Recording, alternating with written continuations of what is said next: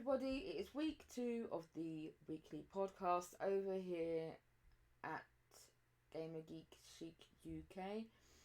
As usual, to take part in here in the podcast, you have to be a paid subscriber over on stream.me. The link is down below. The videos are posted every Monday. This podcast happens every Saturday at 10 p.m. roughly GMT. It can give or take time depending. This week we have in the chat Scottish Asian and Lakora and Tom.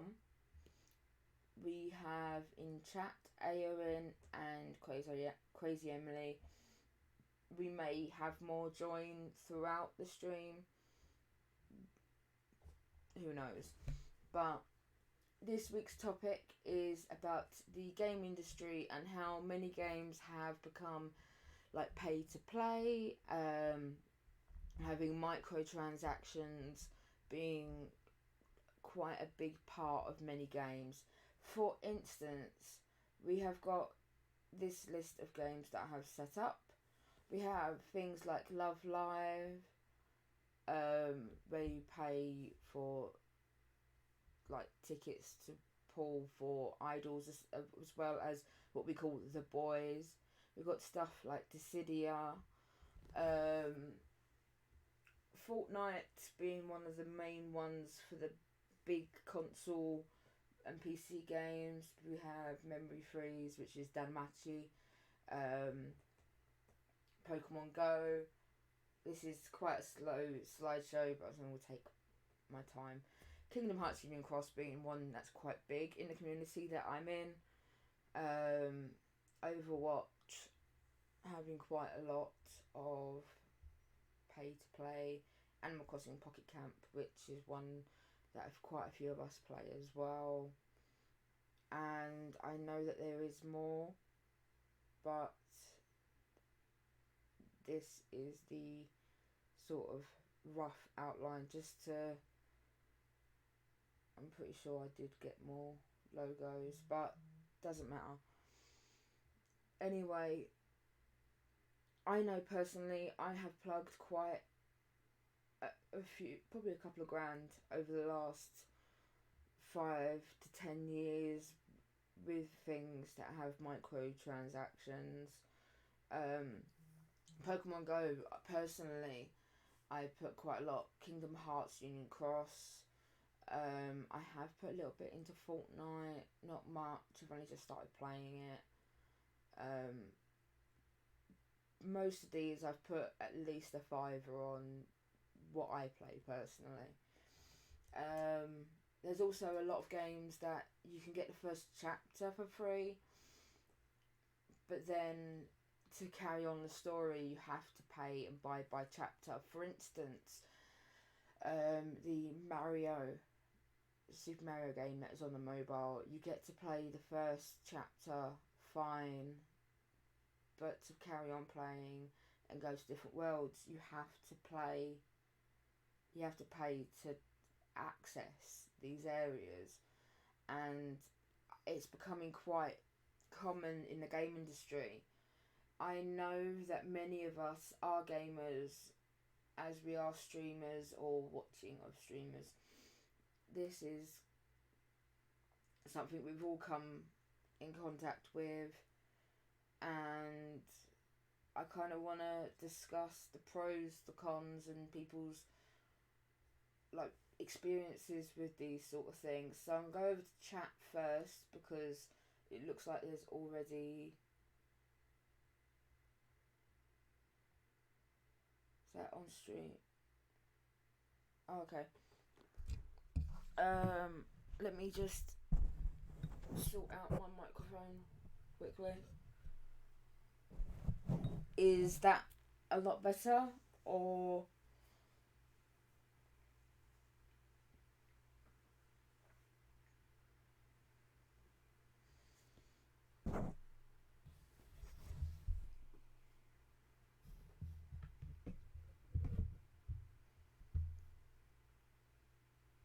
Brilliant, thank you. Right,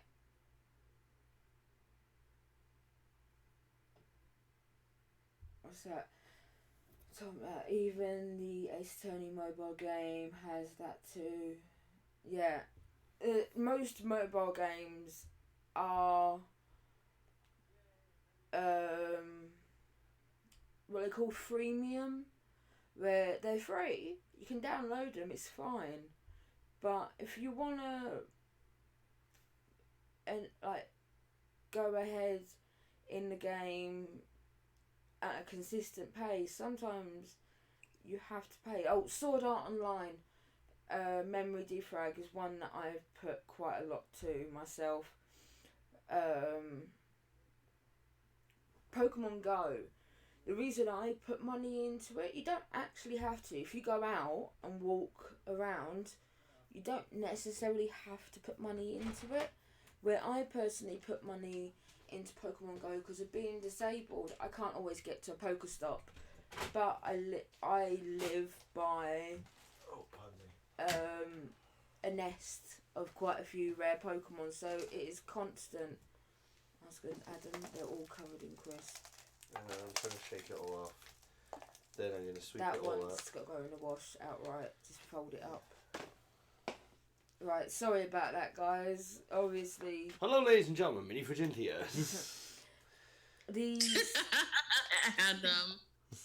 These streams and videos are very laid back. They're always uncut, and I'm still living my life and being a mum and stuff at the same time. So I know I've said quite a lot here, but I know that a lot of you have things to say maybe about the topic. Is there anything anyone wants to put towards it? I know Adam will probably want to put something towards it in a bit. Yeah, I always wait because I'm like, I have so much to say on the topic, so I'm just going to wait until everybody else has a piece, because nobody's going to get a chance to say anything after that.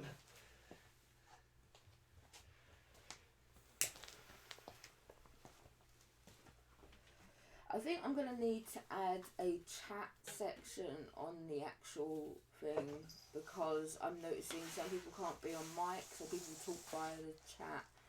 So I think what I'll do, as I said, these things are quite laid back. I'm going to add my usual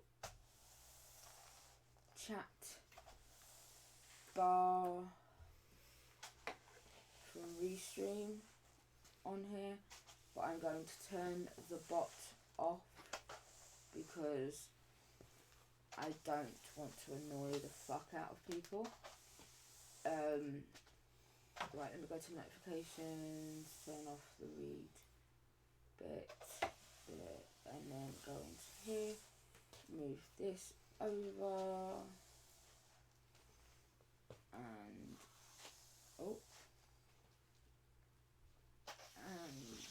no, for fuck's sake, anyone else do that when they're on OBS? They're kind of like, I want to select and do this. No, we're going to move this that you've already set up really nice and neatly. Right, if we do this, then that way, and then if I get this, and make this, you fucker. Sorry about that. Just, there we go.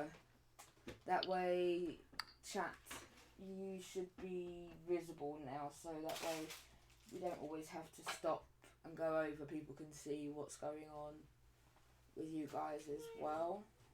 But to recap what has been said,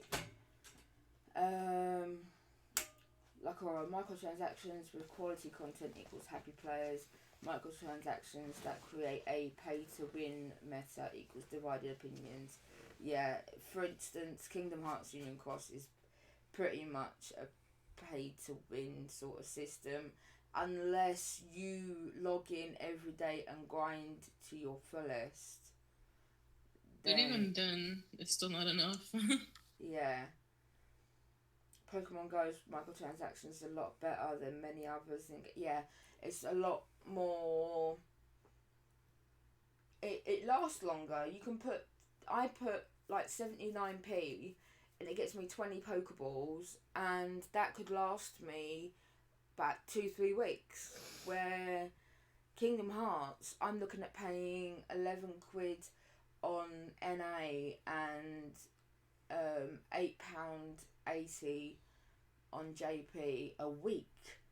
That's just for VIP, let alone if you want to buy jewels. Scottish Asian went on to say, besides Fire Emblem, most Nintendo mobile game has a pretty play-friendly microtransactions. Yeah, the Animal Crossing, I think, has it down to a T. You can work really hard and not have to buy. I've only found like 1 or 2 instances where you kind of do, but they do have a very good like new player sort of bundle, which is really cheap, and then that's it. That's the only time you need to pay out. So it's like paying out for a cheap digital game. It's the same sort of price. That's the way I tend to think of it. Would I pay this amount for DLC for a game? Yes or no? Yes, okay, then it's worth the money.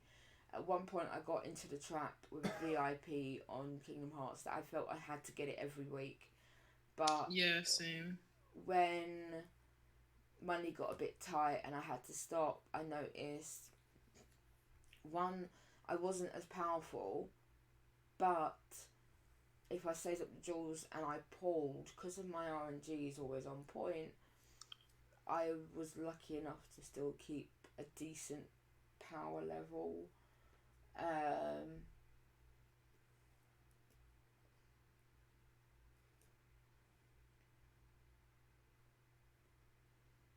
Yeah, Animal Crossing is probably one of the easiest to make like premium money on without paying out. One of the hardest to earn, I've noticed, is Love Live. Love Live, if you want to pull on that, and the boys, Uta no Prince Sama. Yes, that's it. To earn premium, even just to pull, it's you have to be consistent on the game, and not just play part-time. It would have to be your main game, or you'd have to pay out for it. It's very much, that's why I don't play it a lot, because of things like that. Pokemon trading card game, I would pay out on, because it's buying a pack of Pokemon cards. It's exactly the same. It's just we're cutting down clutter at home to save having a box of cards, which we say we might sell one day, but we never would. It might as well get them digitally, saves them being destroyed by Ivy, my daughter, because she has destroyed the free Pokemon cards we got from McDonald's, because she's a little terror.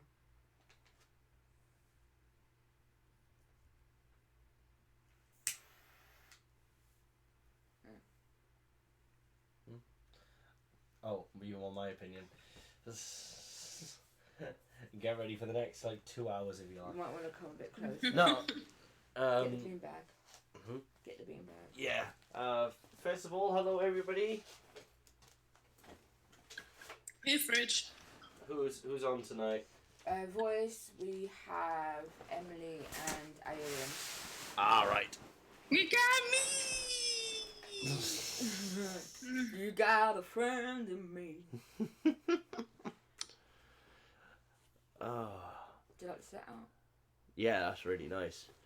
But yeah, unfortunately, as bad as it is, companies, this is on the pay to win, just microtransactions, loot boxes in general, isn't it? Yeah. Well, the thing is, I understand from the company perspective as to why. For years, literally the last 30 years, that's really cool. For the last like 30 odd years, there's been the whole pre-owned aspect of gaming, where people can play a game for basically as long as they like, and then they sell the game, and of course then when the game is sold to like a third party, none of the money goes to whoever made the game. So say I take my game down to like my local game store and sell it, they buy the game, but they also get any money after that. So, and there are a lot of people who wait until the game is pre-owned before they buy it. So companies don't see any of that money, you know, especially when you think some companies do or die on like video game sales for the first like quarter or the first year.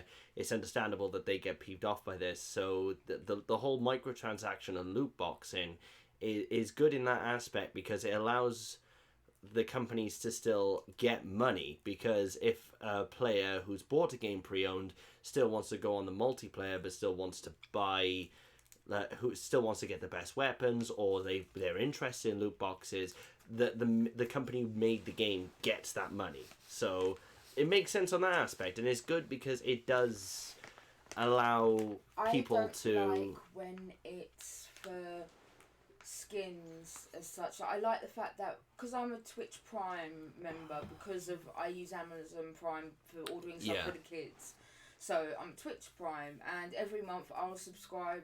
I get one free subscription, and I'll subscribe to one of the people I watch. Every month I'll subscribe to someone different, and certain people will get it more than once. Like next month I'm going back to Breads. Yeah. Shout out to Bread. Stealing Bread on Twitch. Go check him out. He's amazing. Yeah, he is. A totally not biased opinion at all. No, not biased at all. But because of that, I also get freebies for being Twitch Prime. So one of the freebies that I get is, like, for instance, Fortnite. This week they released on Battle Royale. I get a new skin, new axe, and new dance move, and that for free. Yeah. So that's cool. I don't have to buy a new skin unless I really like it. Like I was looking, I didn't get the one I wanted beforehand, which was the like the death feather winged like parachute. The glider that looked amazing. But I did see one today that I had my eye on, which is the holographic one, and it's kind of like I'm tempted by it. But the thing is that that's a freebie, that's fine. But then certain games, Call of Duty is the worst for it, I think. But Dissidia, the actual main game, I'm not gonna bring up Star Wars Battlefront 2 for anybody who can remember that disaster that happened. Bador's not in. I think she's streaming at the moment. Even though she's a sub, she could take part. But she's a big Star Wars nut, so she'd probably have something to say about that. But basically, for anybody who didn't catch up on that, basically it was a pay-to-win situation. If you wanted the best heroes of the game, and it's unfortunate because the main game of Battlefront 2 I was excited for. It was the loot box shit that made me go, nah, I'm not going for this. And the thing is that this is when I find a problem with it, is when there is shit in there that like needs to be unlocked through the loot boxes and you can't get it through normal play. Like there are some games that have the loot box system, but they'll let you have one loot box per day or something like that. Actually, Overwatch Call of Duty World War II actually does this, is that like in certain games they'll randomly give you a loot box, and you know, it's nothing huge, it's nothing major, but it's better than all loot boxes being kept behind a paywall. Like Fortnite does it with their llamas. Overwatch, you can earn the loot boxes if you grind enough. You don't actually have to buy them. It's just that if you want to buy a bulk of them. I'll agree with you there, Lakora. And in some ways, Asian, the aesthetic stuff, the skins, say, borders for your gamer tag, avatar pictures. I like that because they're not all weapons, and it's not all of one thing. At least I can. It's basically like, there's the whole. That's one thing about loot boxes that I actually love, is the opening aspect. You didn't like back when Pokemon cards were like bigger than they are now, at least to me, through like I don't see them as much in the mainstream anymore. There are other people who may be opposite to me, but basically you could open up a pack of cards, like 10 cards, and they could all be Magikarp, or mostly be like trainer cards or elemental cards, but you wouldn't care because it's the opening that mattered to you. And that's the same with loot boxes. That can be really cool as well. And like I said, the aesthetic stuff, once again, I like that because it gives you something else. It's not just, oh, here's another gun I won't use. Oh, here's another gun I won't use. There's different things in there, so at least you're getting like a good amount of stuff. It's the dopamine reaction from the... Yeah. Because what I'll do is I'll double check what is the... Oh. I got 2 new friend requests. Yay. One Scotch Asian. Accept. I'll accept for now. It's probably someone I played with. At the end of this, I'll open a llama to show what you can and can't get. But I don't mind it when a game has aesthetic stuff, or even maybe like better tier weapons. But when I do mind it, and also a lot of people know I'm more of a single player guy anyway, so when it comes to loot boxes and stuff like that, I don't usually get too involved. Most of the games that I play multiplayer is sometimes COD. Like I play Splatoon a lot online, but there's no loot box system there. Apart from that, I don't usually play multiplayer games as an example, but I do keep up with this kind of thing, so I'm not completely qualified. But the problem is that some people will end up going, like I said, they want to get the most amount of money out of the game after it's launched, because once again, either people pre-own the game, or people don't buy a game until much later on down the line, which a lot of people don't think about is that companies will look at the first quarter, like the launch window, how many sales they get in that launch window. That's what they care about. So the most amount of money they can get, that's even better for them. But sometimes they can take it too far, and that is unfortunate. Like I said, Battlefront 2 is a huge example of that. I think they toned that down, if I remember rightly, but it's like it was bad at one point. Basically, if you wanted some of the top tier heroes, you had to use the loot boxes, because I think somebody found out that if you wanted to unlock the characters normally without buying any loot boxes, you would have to spend about 40 to 60 hours in-game, in matches, to get the credits you'll need to buy, like, the big tier heroes like Darth Vader, Luke Skywalker, and stuff like that. But if you bought loot boxes, you could do that in, like, even, like, a quarter of that time. And that was a huge pay-to-win example. EA, I remember, shut down the loot boxes for a while because of it, and even toned down how many credits you needed. But I don't know if they still do it now. I didn't bother playing Battlefront 2, so...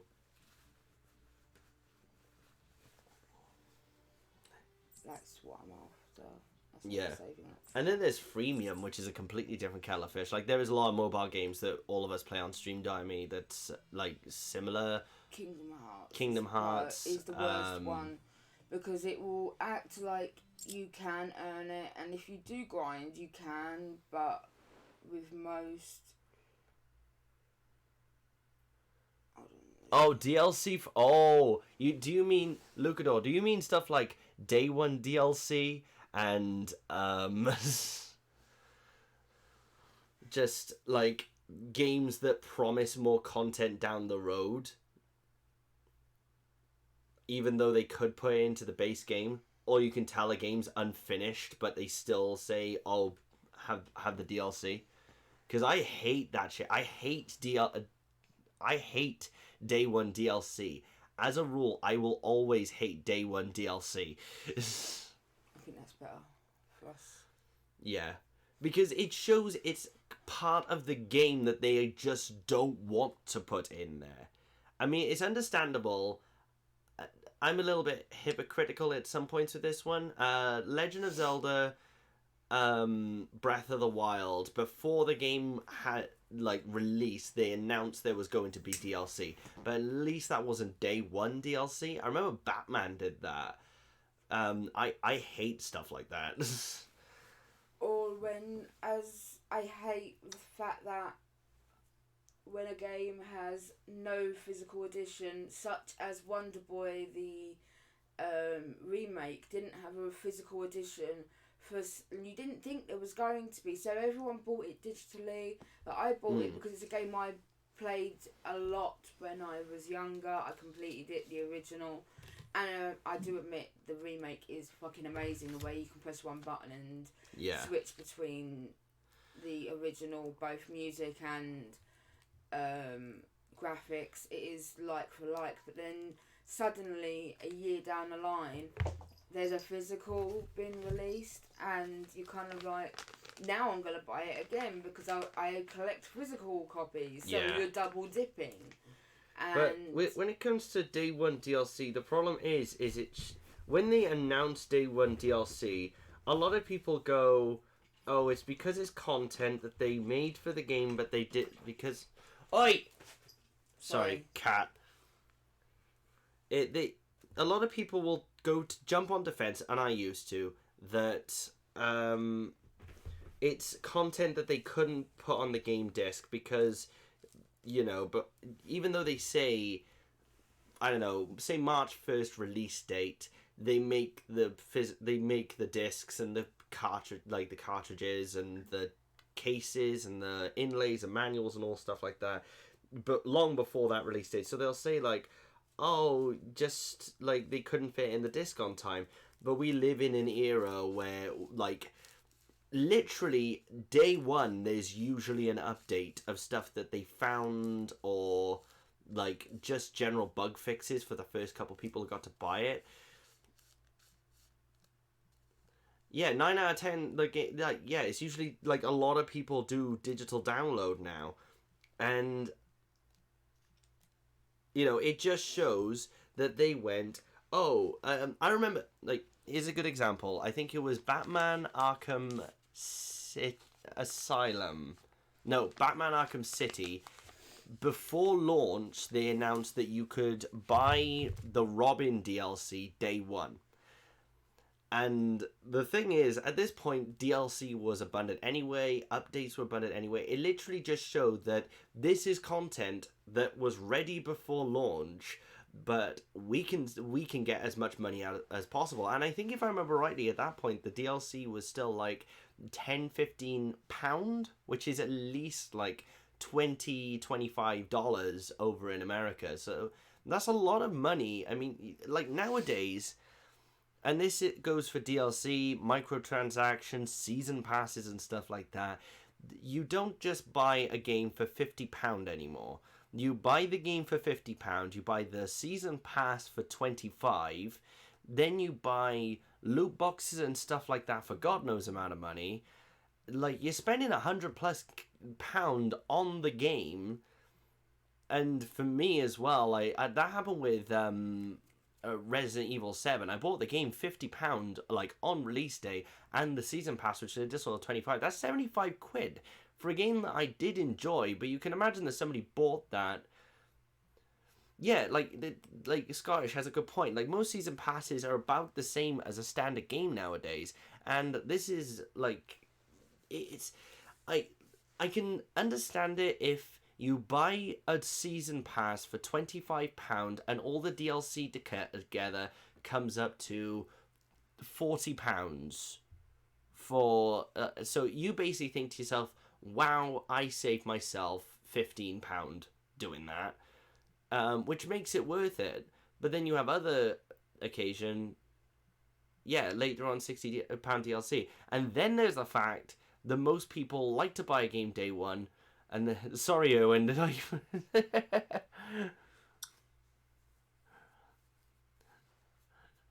I was just like, I've been talking so long that everybody's just leaving.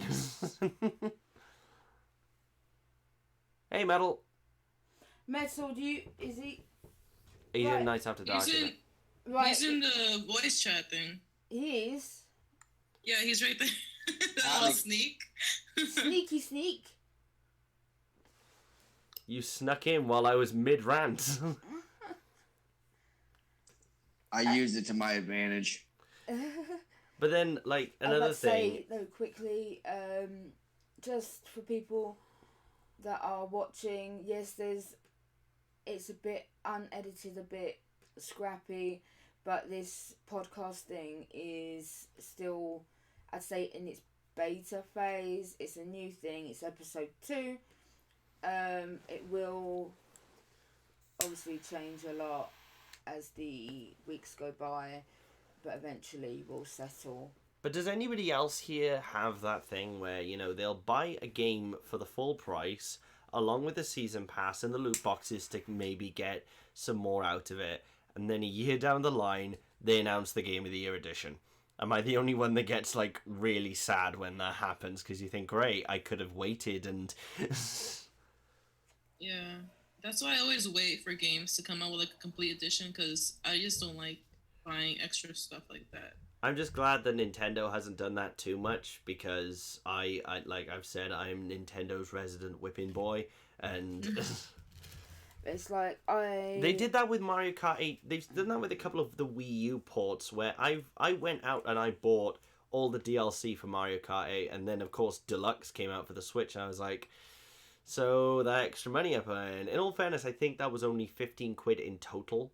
So that wasn't too much to, and Wii U games were going for like nothing back when it was out. But still, a lot of games will end up. What's that? Cage 3 microtransactions get the ultimate weapon. Dude, if they dare put microtransactions in Kingdom Hearts, I will be actually sad. And I don't even play Kingdom Hearts that much. Yeah, I would be very sad. I really hope not. I can imagine if... I would be very furious if they did that, because maybe I play Kingdom Hearts religiously. I don't know, maybe if they put in like a kind of sub game which is like the KHU that we play anyway. They do. They are. Remember Yeah. the little mini games. Like, They're a bit different there. yeah, but imagine if they do add like to play more of these like Game and Watch style games. You have to buy the DLC for. Or maybe if they little just games. say made a version of KHU that could be played on the screen. I mean, it would take away the mobile aspect, sure, but if they did microtransactions in that way, wouldn't be too bad, because a lot of people do buy stuff on KHUX anyway, so...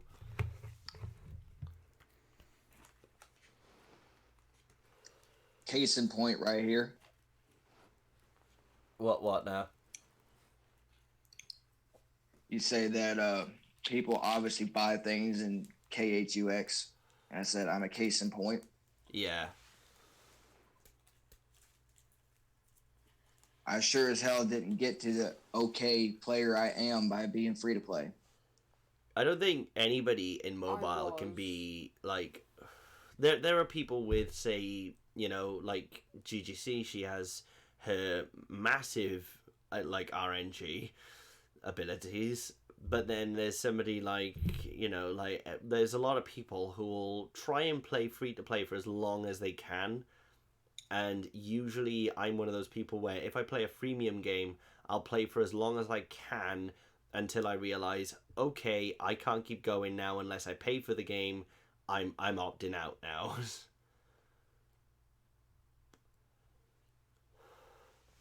But unfortunately, the majority of people seem to put a lot of money into KHU now. So Square is, of course, loving that. So I can imagine there's going to be some kind of either major DLC, a season pass, or some kind of microtransaction in KH3. I can foresee them locking some keyblades behind, like maybe some 358 over 2-day keyblades behind Maybe. paywall. Or old outfits like Kingdom Hearts 1 Kyrie, like they do on Kingdom Hearts Union Cross, where you can buy the avatar boards, stuff like that. I can imagine being brought over. Like, or sometimes, I've noticed this in certain games. I don't know, I've only seen this in like a handful of games, but what I call season pass perks, where if you buy the season pass, you'll get these items as a bonus. it's like the day one edition. Yeah. Of certain games. So that means that, like, say what they did with Kingdom Hearts 3, they announced, say, 2 major DLC stories with more story that kind of brings it all together. Like, you can buy them separately, or if you buy the season pass, you'll get, say, 2 new outfits, 3 new keyblades to play with now, and they'll be locked behind that season pass until maybe later on they'll release it as like a standalone pack. But there's going to be people who are, of course, major 100% completionists of Kingdom Hearts, which will go, yeah, I want those keyblades now, and I don't want to pay for them later. So, like Square Enix could see that. Also, if Square Enix is listening, please don't do that. I think everybody has waited long enough for Kingdom Hearts 3 that you shouldn't make us pay more than what you're planning. They're not listening, not to my streams or videos anyway. Still, if there's one random representative that goes, this is a good idea, it isn't. So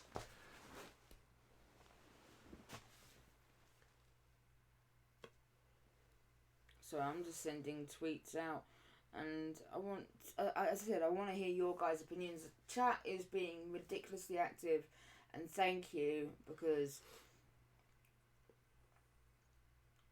it's put in quite a lot in.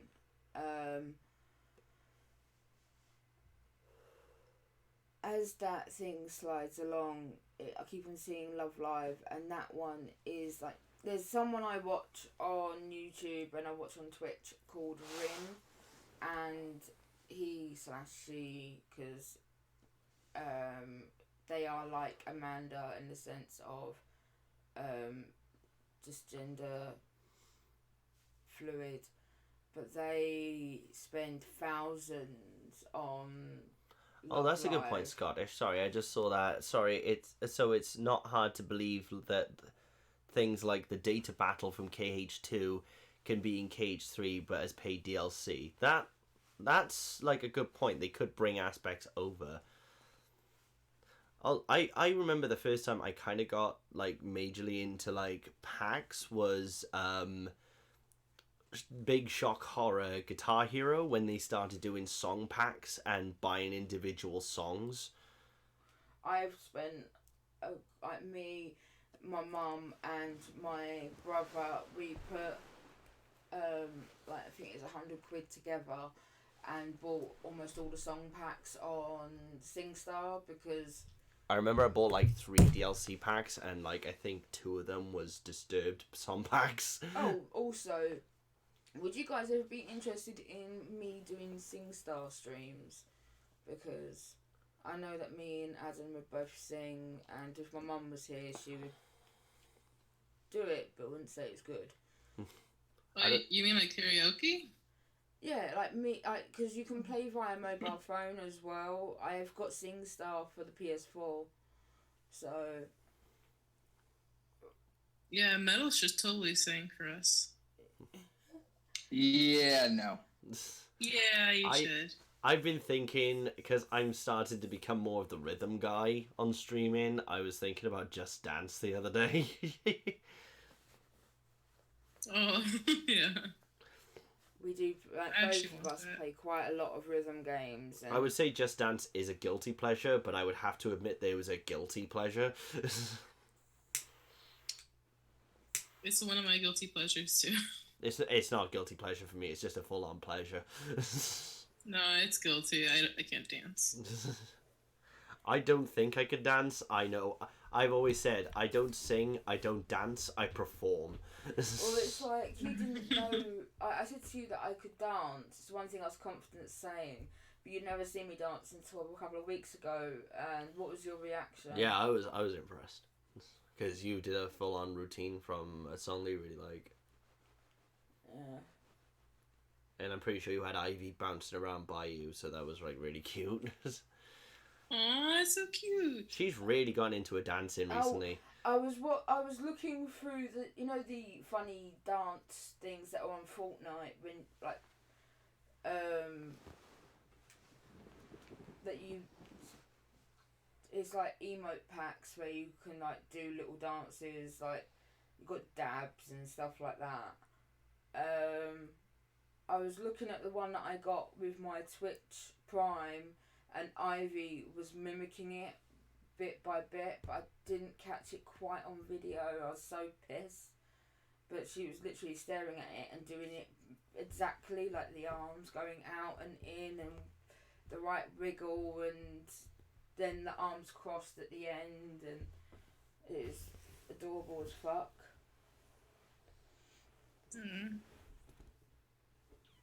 What was it?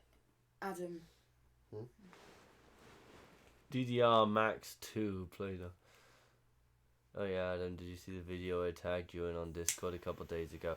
I didn't metal. I haven't been on Discord recently. The last time I was on Discord is when I posted my amazing highway on Clone Hero. Yeah, I saw that, yeah. That was awesome seeing your highway guitar thing with your face on there. I was looking through the settings and I saw highway and I was like, wait, can you change the highway? And then I looked up a quick tutorial that said, oh yeah, you could put any PNG in there. I was like, my face on a t-shirt is a PNG. No, that that video that I tagged you in was a crossover with a Psy and somebody else. It was a Solus 4 guitar or Clone Hero and DDR mashup. Dude, I saw that. Yeah.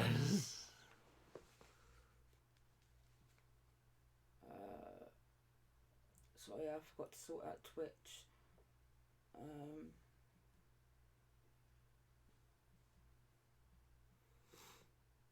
I think if I had the money to get like a USB proper DDR thing, and I know there's a lot of DDR clone hero type things, I would do stuff like that. The only problem is I hardly have coordination with my hands. I have no coordination with my feet. Well, we're going back onto the pay to play and that. What would you guys think with certain games? I know, for instance, like Guitar Hero, where you can't play it without the guitar, so you have to pay. Some games they will sell you the game, but then you have to buy the controller separate or the device separate. Like for instance, to use VR on the PlayStation, you have to make sure to buy the camera. Oh yeah. So it's games that have the lovely equipment, but sometimes you have to pay the extra to get the equipment to play the game. Even with Clone Hero, a lot of people know already. I use the PS2 Guitar Hero guitar from the PS1 from the PS2 era, but I have a USB to PS2 dongle. And the main problem is that you have to find the right guitar that has the least amount of latency and all that. So that can also be a pay-to-win situation. Even now as well, you find that sometimes companies do third-party control. Who remembers turbo controllers? That's basically pay-to-win right there. I still got my turbo controller. I usually stay away from pay to win third party controllers. Dude, Lucora, Osu, I love Osu. Oh, you play Osu? I used to play Osu ages ago. I haven't played it in years. I'll have to pick that one back up. The only problem is I need a mouse. I tried playing it with the laptop touchpad once. Yeah. But regarding good packs of pay to play, Yeah, no problem, stuff, Nakora. Like Dan Machi, you've got the bento box, which is like £5.20, but for the whole month, every time you log in, you get 100 energy and 10. I say joules because my brain's gone, and stuff like that, which is, yes, you paid for it, but you kind of don't get excessive amounts, but you get enough to kind of help you along every day, which I think is one of the better payments as such. Recently I paid £3 on Love Live because you had a guaranteed SSR from one house and certain like draw and that, but it worked out less than I say joules again that you needed to. Sorry, speaking about guaranteed, that is the one thing that kind of does bother me about Kingdom Hearts Union Cross is if you pull blank amount, you will get a guaranteed medal. Like, I remember there was a lot of... They still do that. Yeah, they still do it, but that's the one... It basically is saying, hey, you could just spend, like, £2 to get one pull, or you can spend £10 and you can guarantee this really cool medal. I wish it was £10. It's 40 quid. Oh, yeah, It's 40... Yeah. They always pull that kind of shit, and I hate it. Because it's just, it once again pulls in on, especially with Kingdom Hearts, a character that you adore. Like, what was one that I remember you, like, trying to go for? Wasn't it the, Naminé medal? Was it Naminé? Yeah, I was going for the Naminé, what I call Naminé 2.0. Yeah, Naminé medal, it was, like, guaranteed in 5 pulls or 10 pulls.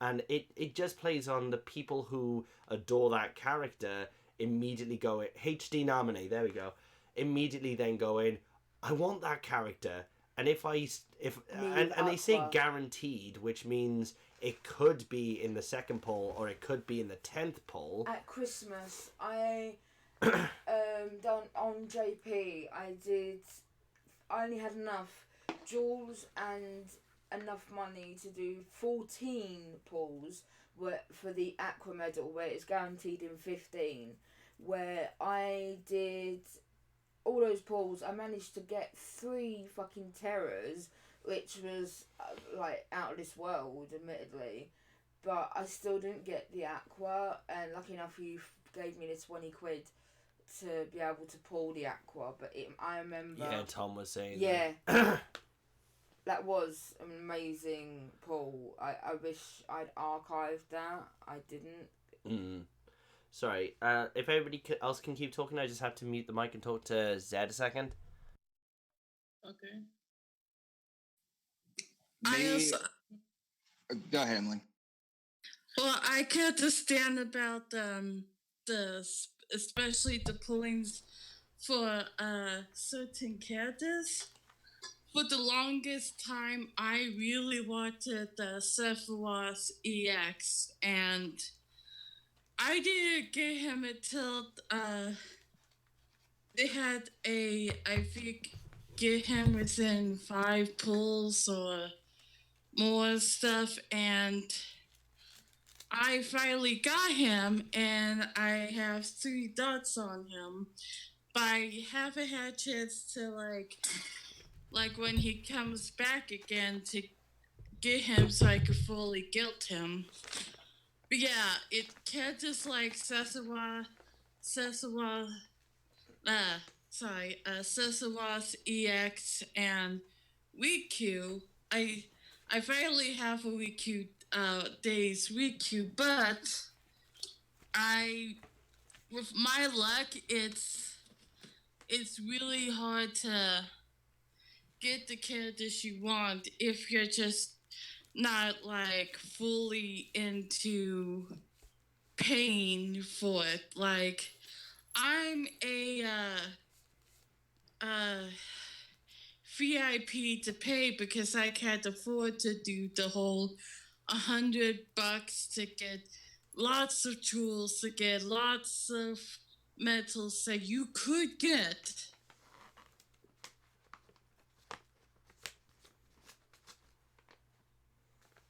Yeah, that brings me to a point I was actually going to make. When I don't know if anybody else remembers the Wild West days of Global, but back when the game first came out, you didn't have a mercy pull at a reasonable rate. You had to pay if you want something like when Illustrated Kyrie came out, you had to pay it was like $300 just to even have a chance to get it because you had to get like it was like 20 pulls to get it.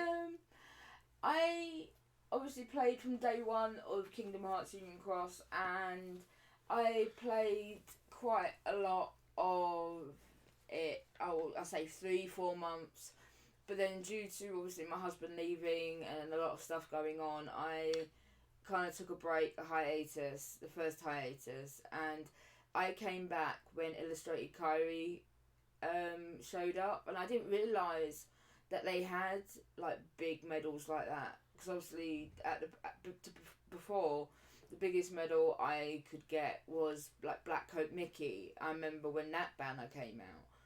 So with this one, I didn't realise there was this whole situation is what I'm lovingly dubbing the Farmville effect. You want the best farm, better pay them bills. But I didn't realise there was what I call like meta changing medals being brought into the game.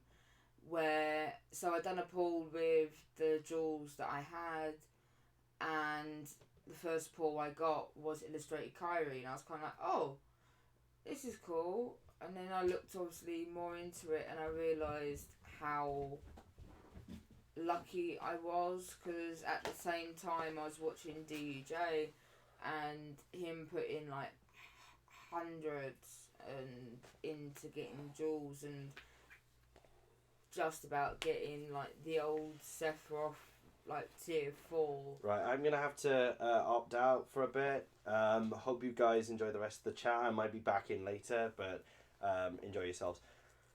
Let's see, could you roll me one? Okay, take care, Bridge. You too. I'll probably be streaming later anyway, so I'll see you then. Okay, cool. See you then.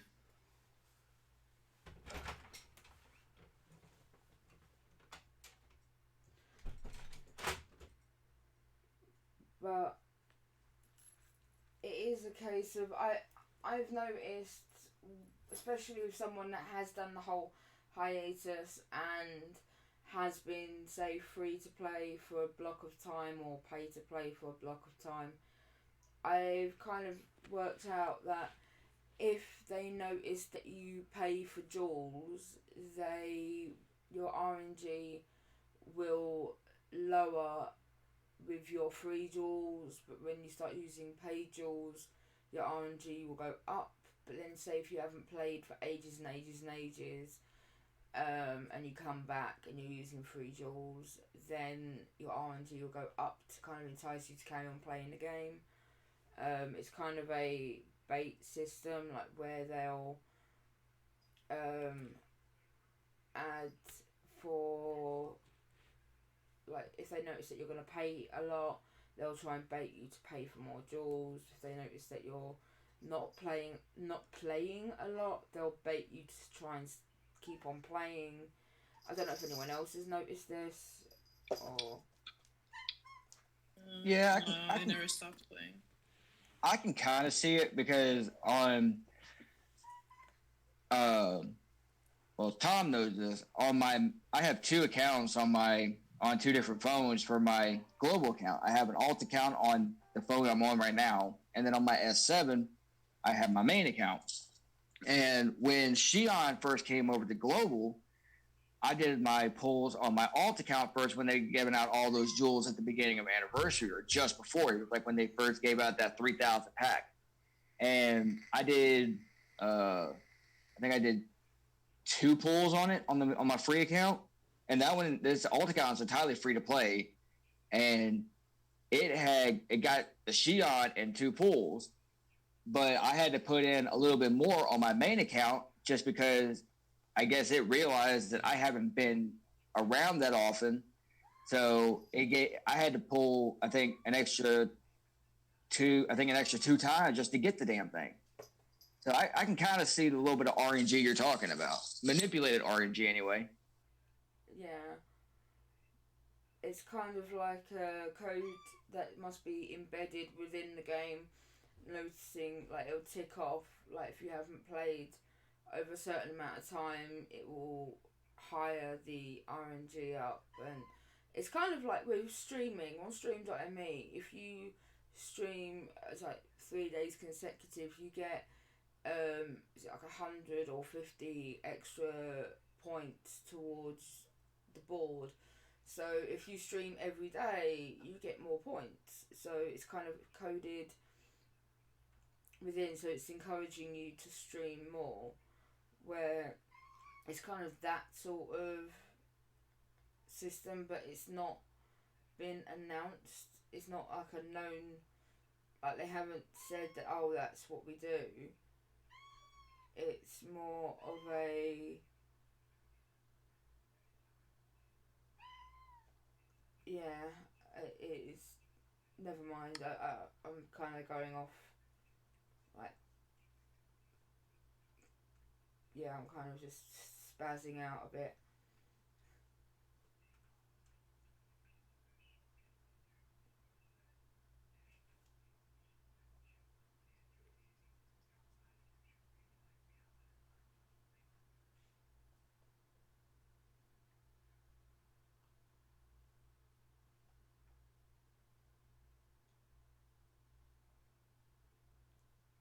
So, what games would you say? Because obviously there's hundreds of different pay-to-play and freemium games, and obviously big mainstream, like say console games that have like the loot box system. Do you agree? There's 2 questions. One, what would you say is your top 5 games that you either do pay on, or you would see that you are wanting to, but you know that you financially can't? Like, for instance, my 5 games are obviously Kingdom Hearts Union Cross JPNA. I'm classifying that as 1. 2 would be Fortnite. 3 would be Overwatch. 4 would be Sword Art Online, and 5 would be either between Dissidia, Animal Crossing, or the World of Final Fantasy, because I played a JP game, mobile game, so it's kind of, I'm in between them. The reason I don't say Danmachi is because it's really, if you grind on it, it's really easy to earn the premium currency without having to pay out. Yeah. So, what would you say your guys' 5 games are? The only game I've ever like put money into is KHOX, and I stopped a few months ago because I couldn't anymore. It was just too much. But what and everything else? Say is the 4 other games that you would put money on if you had the money. Like, what ones intrigue you? Maybe Summoner's War and Danmachi. That's pretty much all I really play. But I think in those 2 games, you can like pretty much win without having to pay. You just have to like grind in it. What about the DLC on Monster Hunter? I don't pay any DLC in Monster Hunter. I don't really like paying for DLC. I'd rather just get the game like complete edition or just play with what I've got. But I guess I would like to have like some of those dances or the actions. Those would be fun. Yeah. What about you, Metal?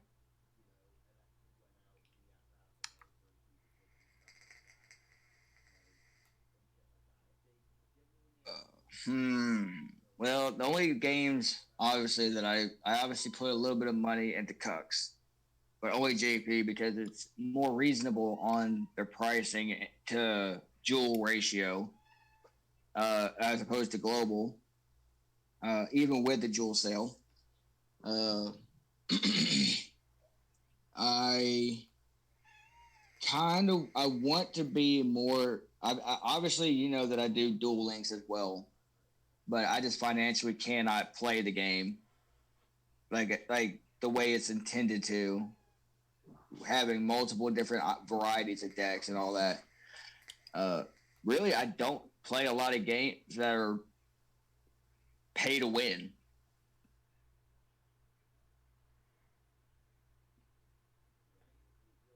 Um, so, going on to the other question, in the news, loot boxes are. Oh, I think you forgot to ask me. I thought you would have voiced up because you're quite vocal, Emily. Okay, well, although I do have like just 2 games that I pay, that I play, that I put money on, and that's the Union Cross Global and JP, and that's the only 2 games that I am currently playing that I've put money on. I technically have a new game on my phone, but I haven't had a chance to decide if I should put money on that. And that's Tsum Tsums. A little fact about myself is Tsums were part of the Line company, the Korean company Line, and I am actually the UK ambassador for that company. I have quite a lot of sponsors from Korean game and beauty companies on my old account, mainly my Instagram now. But yeah, random fact that made me think. But with Simsum,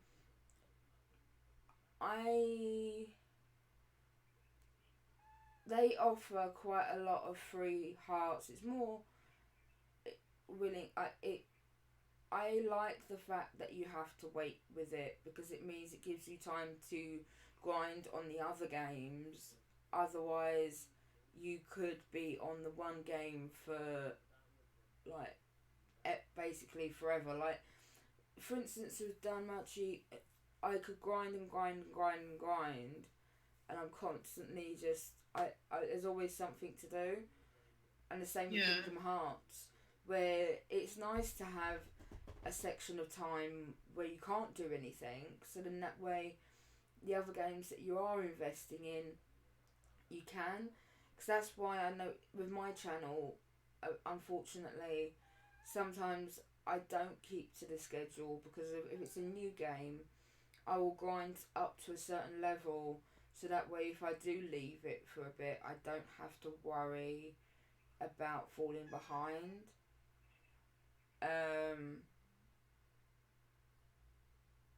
It's like, for instance, Animal Crossing, I could go on and on and on and on and on, but it is a game that even if I stop playing it, I'm not gonna fall behind on it. Where, especially things with Kingdom Hearts that are very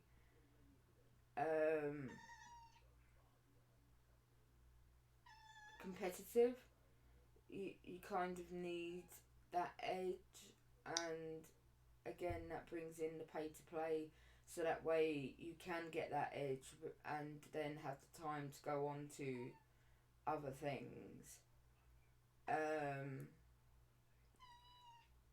The question I wanted to ask was in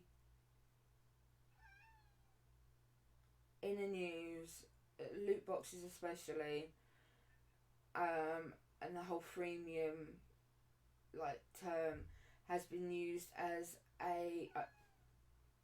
they're against it because they say it's a way for kids to gamble. It's a form of gambling.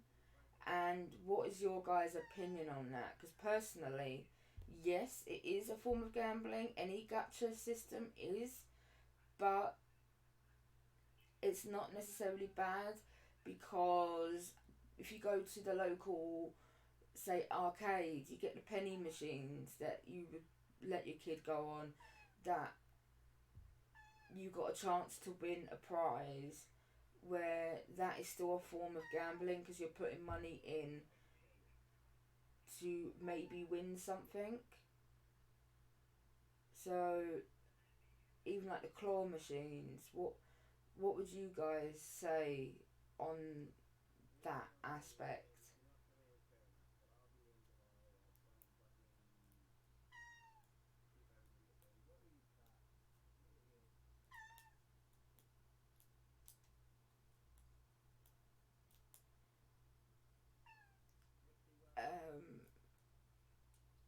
Metal, do you want to take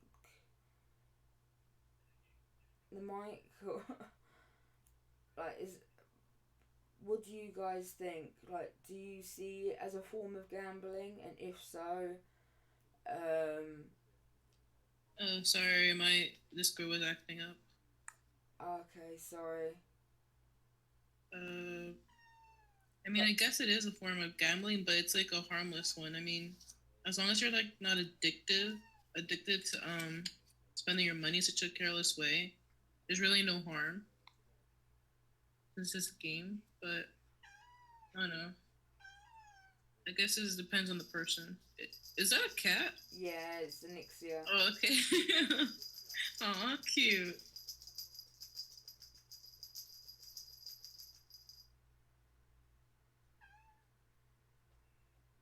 Yeah, I saw what Aaron said. It can be a form of gambling, but I don't see it harming anyone. Unless you just keep ordering it, then yeah. But I don't think it's bad or anything. Not like KU Union Cross or those slot machines where if you spend too much money, even money that you don't have, that is harmful.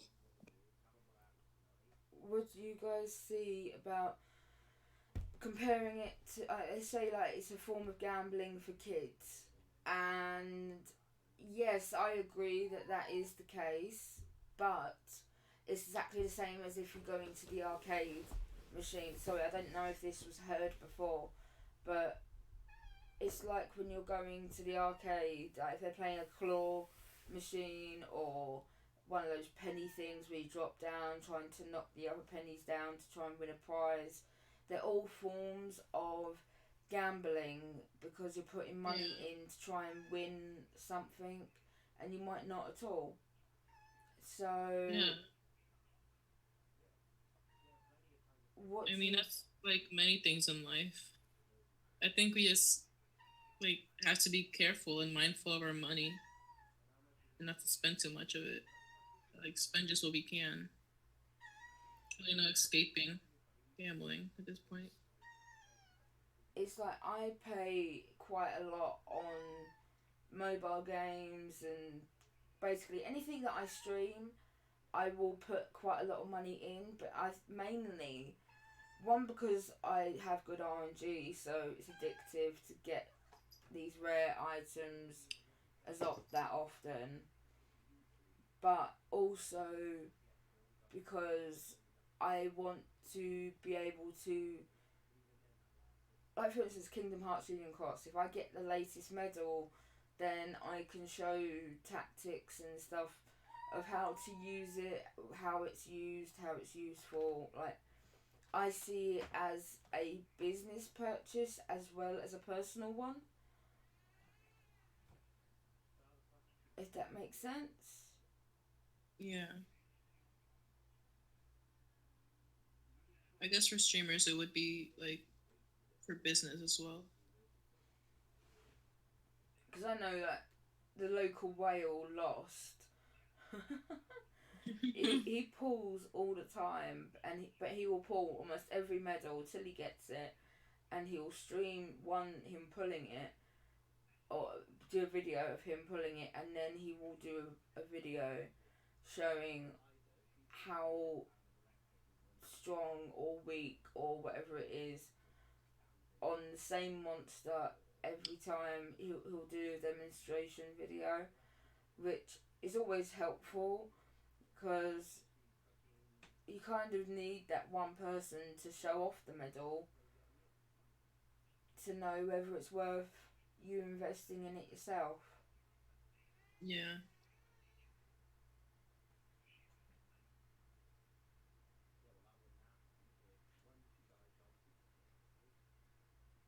But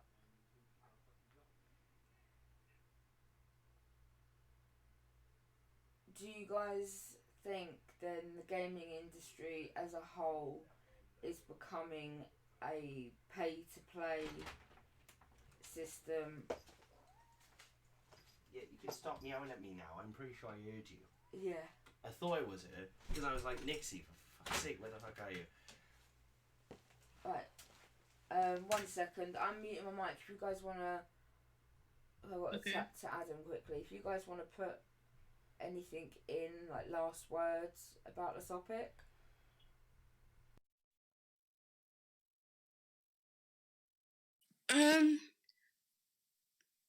I think just in general, I think the whole going to the mall, like, this is a new thing that these mobile games with transaction is more newer than what we all grew up with. Like, you buy the video game for like PS2 or PS3 or PS4.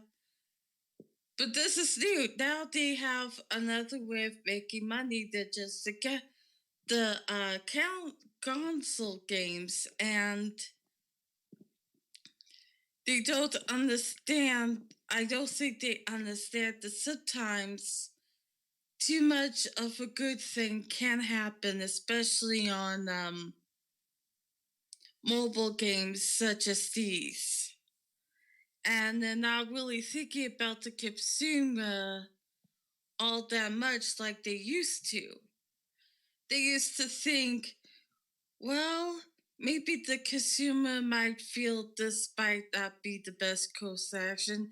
So let's try to think of what will make the consumer happy.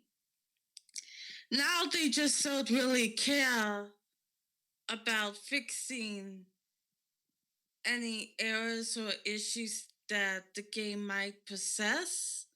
Instead, they'll just keep charging and just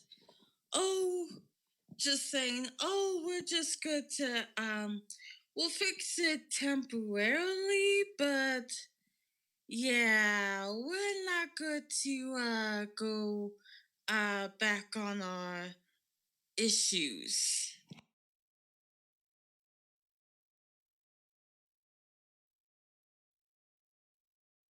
Well, I agree that it is different than when we were kids, when we bought a game that was all we got, and now we had to deal with DLCs and extra stuff. But I mean, it is a business, and they do like need money to keep on going. So I can understand why it would be more pay to win. But sometimes it is excessive, and it does feel like all they care about is money. But I mean, it is a business, and they probably do care more about money than our feelings. That's true too. I just think that, and I understand. I agree with you. I understand that it's a business and stuff, but like back in the day, when you are trying to sell a game to a customer, and you want to make sure that the customer is happy with the product. Sorry, my tongue is kind of doing twisty things with my mouth. It's okay, Emily. When they're trying to get the game out, yeah, you want to make sure that the fans, the consumers, like it enough that if they have an issue and they tell you what the issue is, you should just fix it. Instead, with these mobile games, if you're having issues with something and you send a ticket in and you don't get a reply, they just ignore the complaints and the issues and just take the money and run. That's kind of like all the principles that you had before for the console games. You don't have those principles for the mobile games too, which is kind of sad because yes, it is a business, but you should also want to make the consumer happy. And I think most of these businesses that's like now focusing on mobile games, they don't understand that you should make the consumer happy first and then grab the money and run. Yeah, that's true. They should fix any issues games should have. I agree with you on that.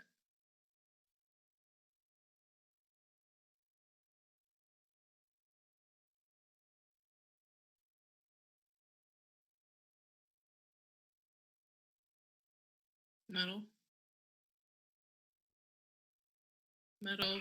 Hello. Sorry about that. I've got to mute the mic for a moment. Family kind of emergency base, but I'm enjoying listening to you guys, and I want to hear your opinions on it, and even like including the text chat. I'm a metal voice up as well because I've heard Eowyn and Emily. So, Metal, why don't you put your 2 cents in?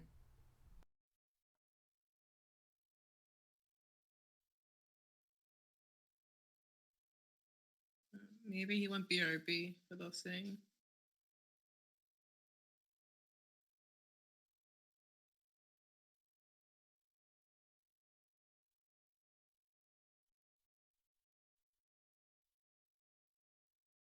Yeah, I guess he's not there.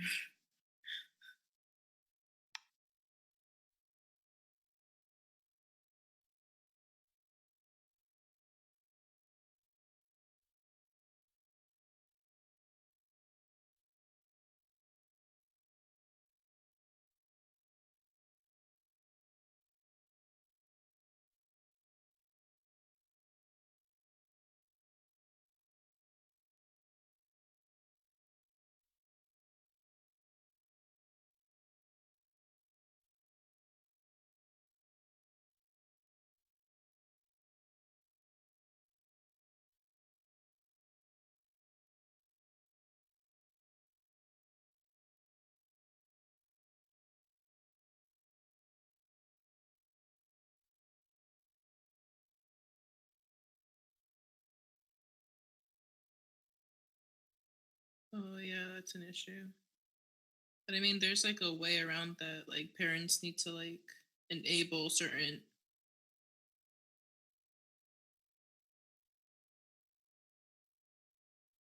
like programs in their phone or tablet to prevent that from happening.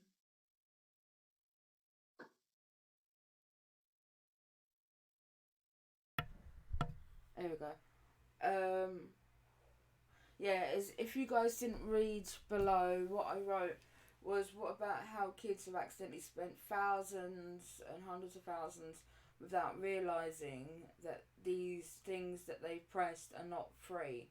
Lucky enough, with all the devices that I let Aiden use freely, there are passwords on there. I don't allow him, or I do not include any form of payment on there. So, like, when he has used my devices, all of my devices except for my big tablet have you have to enter a very long password before you can make a transaction. So, say if Ivy gets hold of my phone accidentally, like she did at Christmas, I don't lose out on like hundreds and hundreds by mistake because the things have been pressed. Aiden will sometimes, when he's on YouTube, not realise that certain videos you actually have to buy them. Yeah. Like kids, like a lot of episodes for certain like kids programs like Peppa Pig and stuff, where you pay like Google for the episode to watch, but occasionally he'll press it, but I haven't set up any form of payment on there, so it'll just not play the video and just boot him out. But I reckon that if you've got kids, or you have kids that have devices, making sure that the passwords that are on there aren't their passwords, they're yours. Because the last thing you want is, especially like teenagers that know, obviously, passwords, this, that and the other. Yeah. To, like my cousin, he spends thousands on Overwatch, and then now he's spending thousands on Fortnite. And he's just turned 16. My aunt, she has all the same disabilities and that as me. She doesn't get an income, like, apart from disability allowance. She's in debt and paying off credit cards because he's getting his own way. Oh, jeez. Unfortunately, obviously I have no say in that, and he always threatens to get the social services involved, that she's doing something or whatever if she doesn't do certain things. So she kind of gives in because she's scared of losing him. Oh man, that's so sad. It's so messed up. But I know that there's a lot of kids out there and teenagers out there that do similar sort of things. Is that there should be a way of, I know, like in Korea, to play like online multiplayer games, you have to use your well, for us it's national insurance number. For you guys, I think it's your social security, and you have to enter that to log in and be over a certain age to use it over a certain time, or expenditures, and that's how it is over in Korea. I reckon a system like that should be enforced over here as well, like in the Western world, because of kids like that are overspending beyond their means. But there's not a real way to kind of block it unless you say put an age limit on it, and the only way you can prove age limit is by adding stuff like social security or your. It goes back to like even early day Facebook, before mobile gaming was like as big as it is with all freemium games. Like bringing back Farmville for a second, it's one of the earliest stories I remember. Is a kid got a hold of his mum's credit card to buy some, I think it was just farmland or animals on Farmville. And then the mother looked at her bank account and was like, I didn't pay £200 to a Facebook game and something like that. I think eventually the mother got the money back, but it's still like, this is a problem that's happened for years. And unfortunately, nobody's really thought of and it's hard to find a concrete way of stopping something like that, because not even funny, it's happened before in this house. Things have been bought because we link stuff like our PayPal and stuff like that to certain games, and then like Zed will go into the kitchen to make some food, and by the time she gets back, Ivy's pressed a few buttons and bought something that she didn't want to through her PayPal account, and then she has to like ring up the PayPal and say, hey, this wasn't meant to happen, and it can be a crapshoot as to whether or not she gets the money back. There's never been a concrete way to keep that from happening. There's 2 times that it's happened. One time refund, one time didn't. Yeah. But one time was 250 quid spent on Sword Art Online, and Ivy, because Ivy pressed a load of buttons while I was playing the game. But then I went into the kitchen quickly, came back, and she's got my phone, and she's like continually spent. So now there's a password on my phone, like to use PayPal. Thank God. But I was lucky enough to get a refund back from Google. Sorry, do you want some chips? Yeah, please. Also, the second time was she got onto my Amazon account on my phone, and I do have certain areas where you have to click once to buy. Oh, yeah. And she clicked on my wish list, and it's a £15 DVD box set of one of my favourite animes, SakuraGGCUK, and I was quite lucky that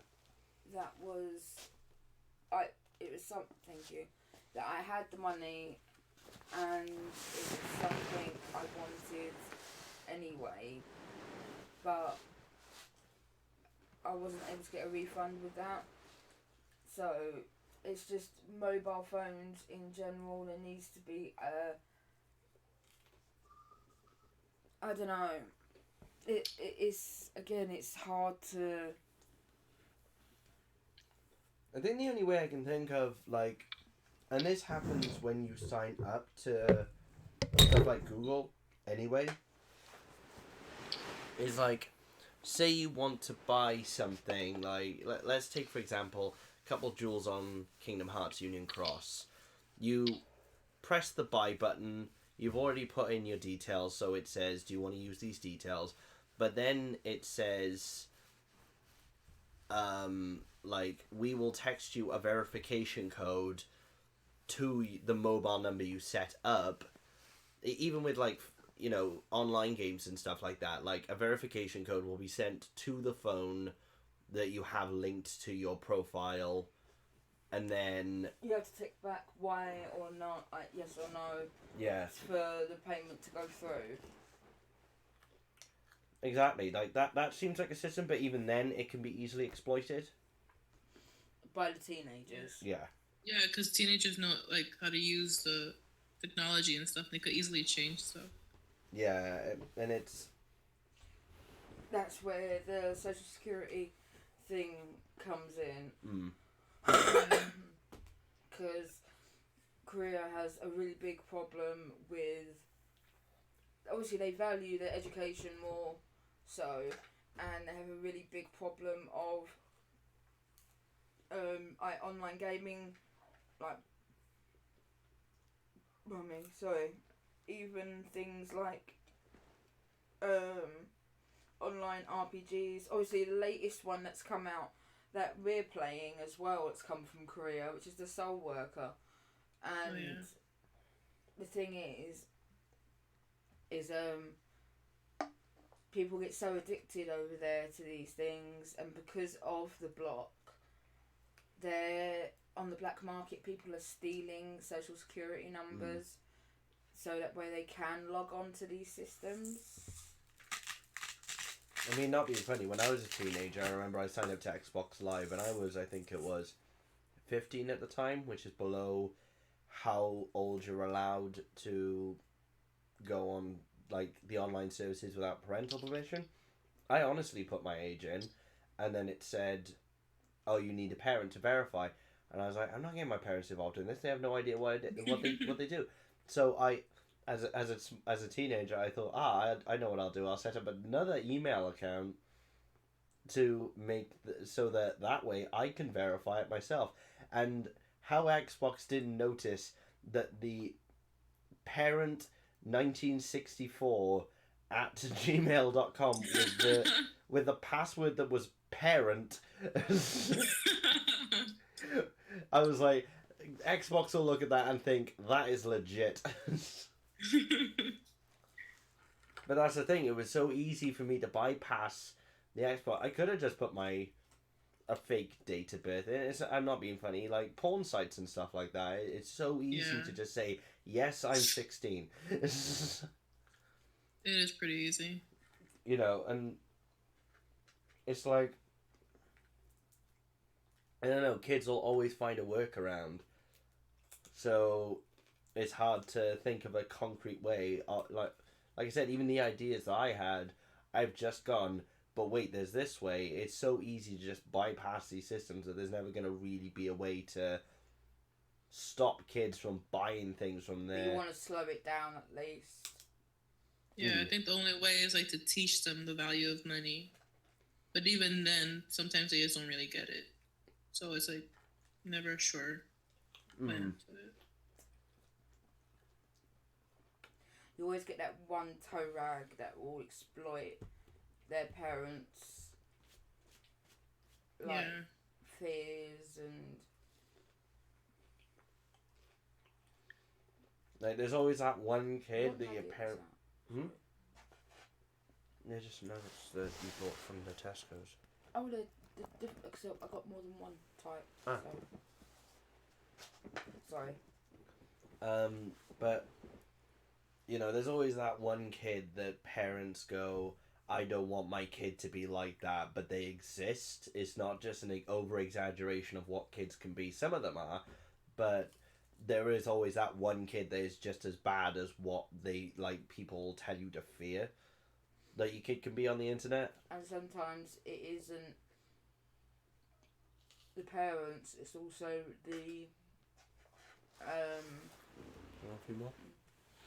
it's also the 1, 2, 3, 4, 5. Because I made 6 each. okay. But it's like peer pressure.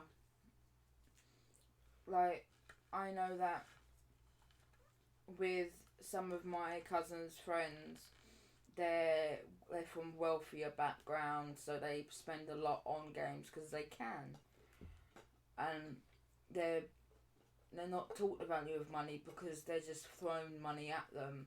But because of that, he wants to keep up with them, so he exploits the means that he has, and unfortunately, I touched on this like last podcast, is when you say to anybody, don't do the thing, there is somebody who'll go, but I want to do the thing and I'm going to do the thing.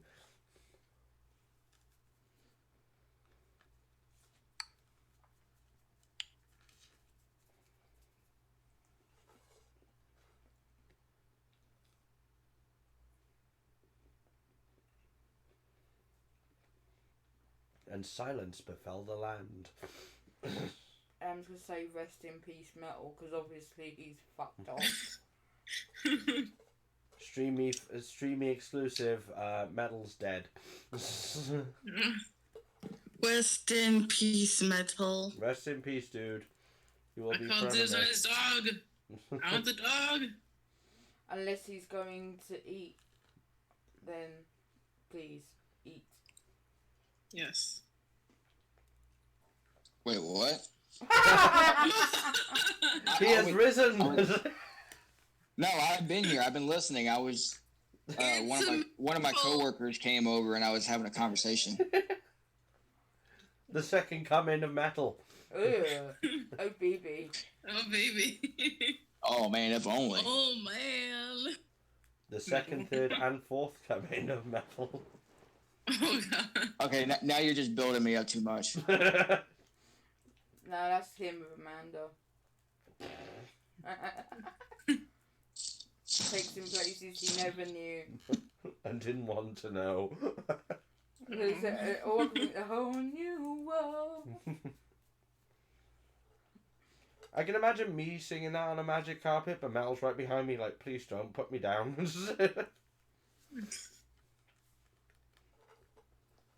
I can show you the world.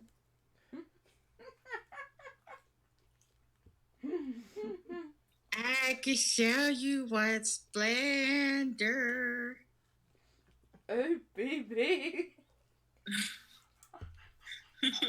Tell me metal.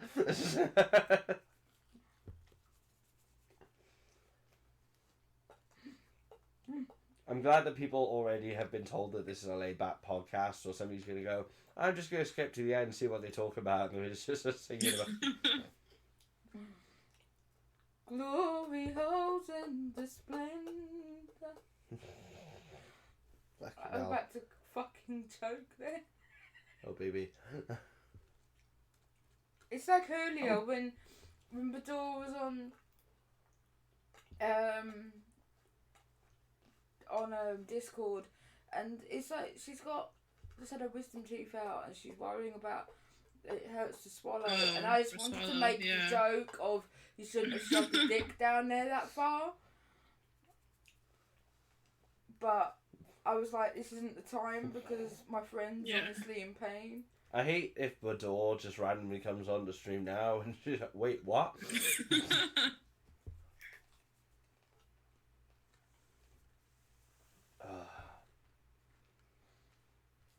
Okay, here's a question. What is the game that you have probably put the most amount of money in microtransaction-wise? I've already had this question. KHUX. Cucks. Yeah. Cucks? That's what we call it. Not at all. That's a completely different game. Every time I hear it, I'm like, oh baby. Union, Union. Kingdom Hearts Unchained Key. Union Cross and JP. I don't know, my tongue is being really weird. Again, oh baby. Oh baby. Oh my God. I can't actually remember a game that I put I can tell you games that I put DLC into. Doom. Yeah. Shovel But Knight. even then, actually, that is more just like buying the game again, not buying DLC for it. Oh yeah, this is the bloke that he adores Shovel Knight so much. It's come out on almost every console. I have it on. I used to have it on PS4. Originally bought it digitally for the Wii U and looking for a physical copy. Physically for the 3DS. On the Switch, I'm gonna get it physically for the Switch when it comes out. You've got it on there now. Yeah. I've got the PC version. Yeah. I bought the Xbox One version and haven't even touched it. No, I haven't got the PS3 version. You got the poster and the soundtrack. Yes. But this is also the guy that owns like 5 versions of Resident Evil 4, so... But you collect Resident Evil. Yeah. As for DLC itself, I think the most amount of money I've paid is actually Resident Evil 7. Because that in pure money, that's like... Because I bought the Season Pass on day of launch. I don't think I put as much money into other games. Like, DLC I've bought for different games, but I think pure amount of money... I think I put more into thing because Doom, the expansions I bought on sale, they were about £5 each, so it came out to about 15 quid. Yeah, but you bought the little like skin packs and stuff as well. For what, for Doom? There's no skin packs. Or you changed your. Oh yeah, that all comes in the expansion pack. Oh, okay. So. But it's like, that's why I have the Ultimate Limited Edition Overwatch, which came with soundtrack art book in this lovely giant steel like case thing, didn't it? Yeah. With we have figure, the Agent 47 figure up there. Yeah, and it came with DLC for the game with skin, emotes and stuff and weapons, but it also came with another DLC that every Blizzard game that includes World of Warcraft, Hearthstone. There's a DLC for each of those that are associated with Overwatch, like skins for your card deck. There's a little buddy for World of Warcraft that is of the, I can't remember his name, the gorilla character on Overwatch, but it's like that is worth spending the extra on the game because you're getting a lot of fancy shit. Yeah. Where some Ultimate Editions come with a keyring and then DLC. Yeah, and the DLC is literally just like a. Here's a sticker sheet for you. I'm like, great, that's another sticker sheet I won't use. Though that Isaac one I'm staring at. Yeah, I know. I have wanted to put the sticker sheets on there, but that's a discussion for another time. I'd put them right here, like a little. I would wait until Ivy's older so that she knows not to. Yeah, I know. That's why I haven't used certain stickers. That's a discussion for another day. I would say, like special editions and stuff like that. Whereas. No, because I'm talking about the game industry as a whole. True. And what time is it? Yeah, what time do you want to start your stream? Whenever. Like, basically when you finish up. Alright, so. Don't have to finish up now, though. Yeah, well, we're starting to get to that plodding along stage now where. Yeah. So. Right. I'm going to finish my mouthful. Oh, baby. Oh, baby. Right. Oh, baby, baby. I'm going to start singing now. Nope. I'm not singing Justin Bieber on my stream. No Justin Bieber. Anyway, guys and girls, I'm going to mute the Discord. Thank you for joining. Thank you for helping. And thank you for as having usual, you've all been amazing. Make sure to check out all these fine motherfuckers on streaming if they do. And I'm going to... Oh, you're welcome, you guys. Yeah, if you want to plug yourselves, that sounds wrong again. Quickly Oh, baby. do so. Baby, baby, baby, oh! Nope. Yeah, no. Yeah, I had to do that. Yeah, don't check me out. Yeah, no. Check www.stream.me/metal. 66256. Is it? Yeah, I remember because all I can fucking hear is your chat bot going metal 66256 welcome. I thought it was, but then A hamburger in the face. oh yeah, 66256. Yeah, go check him out. He plays. And it was awesomeness. Owen 1016. 18. I was close. Nice job. But I was close. Who's using my Y-fridge? that was metal. Alright. I just saw my Y-fridge then. Whenever I see myself plastered somewhere else, so that's why, like, when I get subscribers, I'm gonna make that the raid emote, because I'll then just say to all my subs, can you just plaster my face on everybody's stream? Right, Tom, thank you for chat. Scottish Luckerer, if you're still there, thank you for taking part. Eowyn, Metal, and Emily. I was looking at the list, going, I've already said that person, and I'm like, oh no, that's me. I should have done the whole. I had the perfect ending for this too. When you were trying to grasp to say my name, I was going to do like the whole Steven Universe thing and go like, and Emily. That's brilliant. And just to end it for me, I'm your resident Nintendo fuckboy and clone hero extraordinaire. If you use extraordinaire in massive air quotes, Mini Friginthia. Who's always linked on my stream.me. Anyway, I'm going to hang up Discord now so I can do my end credits. Alright, thanks guys. Thanks.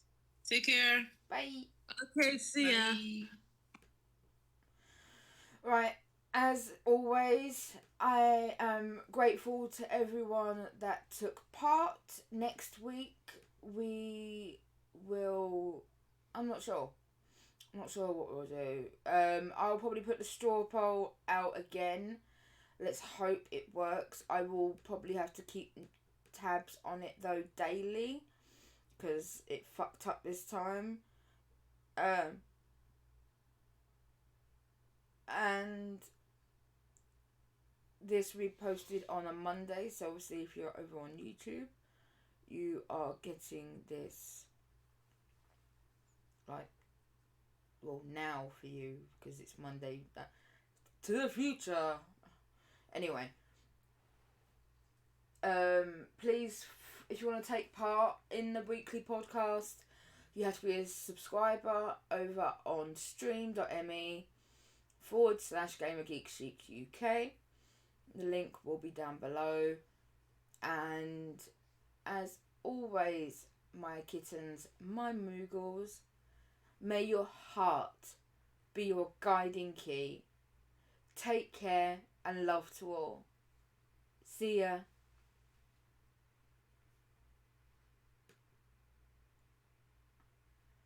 Done. Right guys, I can unmute Discord for a bit if you guys want to chat. But actually, I might play... I'll play something. Let's go back over to my usual place of residence. I have some loads of new games, not just Fortnite. We could play this together, which is something I tested out the other day. Found it quite funny. It was recommended over on Discord.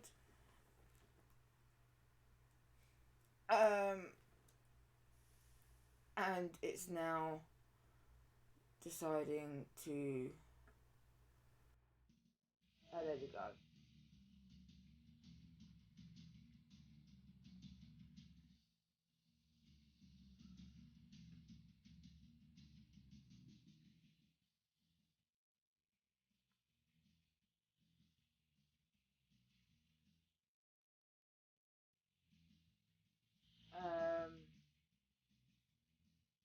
Let's minimize that for a moment, because I've got to sort out its placement on here.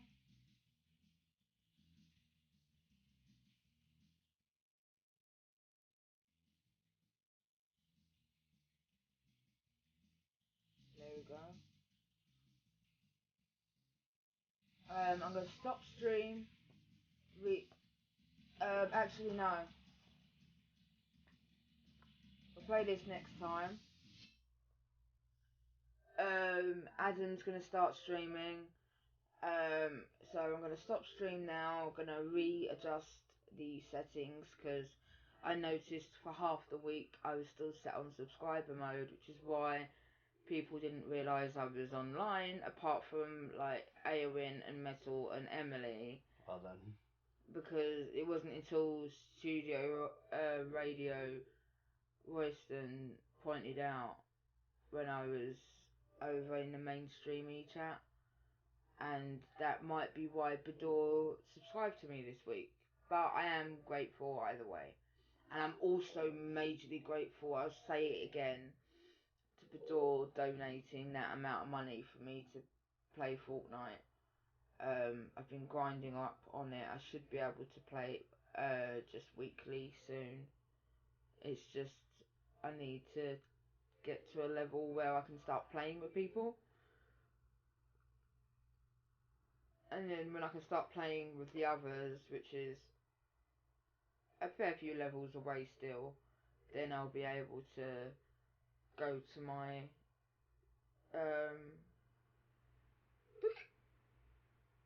Adam, do you want the rest of that? I can't manage it. Okay. Go to my schedule.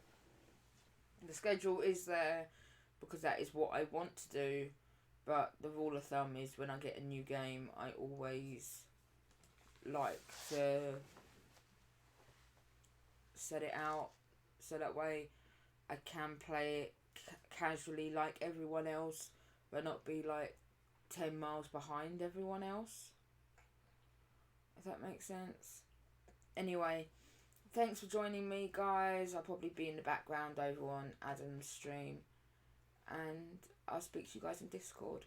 Levels.